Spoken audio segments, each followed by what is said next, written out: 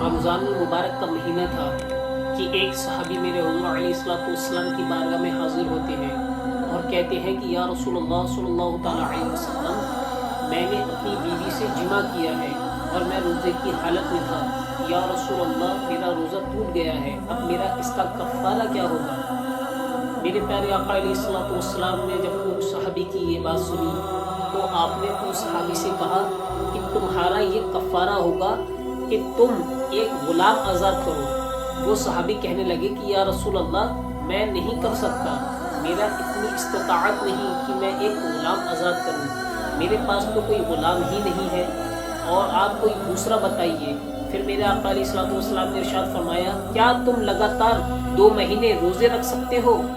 تو ان صحابی نے عرض کی کہ یا رسول اللہ صلی اللہ تعالیٰ علیہ وسلم، میں یہ بھی نہیں کر سکتا، میں 2 مہینے کے روزے بھی نہیں رکھ سکتا۔ پھر میرے پیارے آقا علیہ السلام نے ارشاد فرمایا کہ کیا تم 60 مسکینوں کو کھانا کھلا سکتے ہو؟ تو ان صحابی نے کہا کہ یا رسول اللہ، میں یہ بھی نہیں کر سکتا، میں 60 مسکینوں کو کھانا بھی نہیں کھلا سکتا۔ اتنے میں وہ کیا دیکھتے ہیں کہ کوئی شخص آتا ہے اور آنے کے بعد میرے آقا علیہ السلام کو کچھ کھجوریں پیش کرتا ہے۔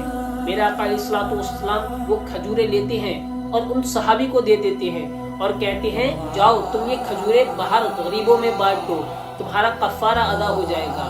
اب وہ صحابی کہتے ہیں کہ یا رسول اللہ، اس جگہ سب سے غربت اور سب سے کمزور شخص میں ہی ہوں، مجھ سے غریب یہاں کوئی نہیں ہے۔ میرے آقا علیہ السلام مسکراتے ہیں اور مسکرا کر کہتے ہیں کہ جاؤ تم یہ کھجوریں لے جاؤ اور اس کو اپنے گھر والوں کو کھلا دینا اور تم بھی کھا لینا، سے ہی تمہارا کفارہ ادا ہو جائے گا۔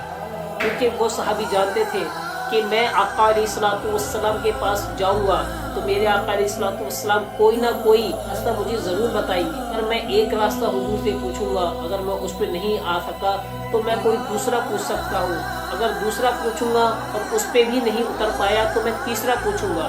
میرے آقا علیہ السلام نے ان کو 3 باتیں بتائی کہ ایک غلام کو آزاد کرو، یا 60 مسکینوں کو کھانا کھلاؤ، یا لگاتار 2 مہینے کے روزے رکھو۔ تو ان صحابی نے عرض کی کہ یا رسول اللہ، میں ان تینوں میں سے کچھ نہیں کر سکتا۔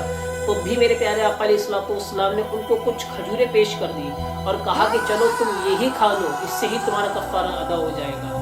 تو اس سے پتہ یہ چلتا ہے کہ میرے پیارے آقا علیہ السلام کو اللہ تبارک و تعالیٰ نے یہ شان عطا کی تھی، آپ ہی شریعت ہیں اور آپ ہی دین کا ستون ہے، کہ جو کچھ ہوتا میرے آقا علیہ السلام کی بارگاہ سے ہی ہوتا۔ آپ حبی کو کچھ اور عرض کر دیتے اور وہ شادی نہیں کر پاتے، تب بھی وہ مایوس ہو جاتے، لیکن میرے پیارے آقا علیہ السلام نے بہت ہی آسان طریقہ ان صحابی کو اس کفارے سے ادا کرنے کے لیے بتا دیا۔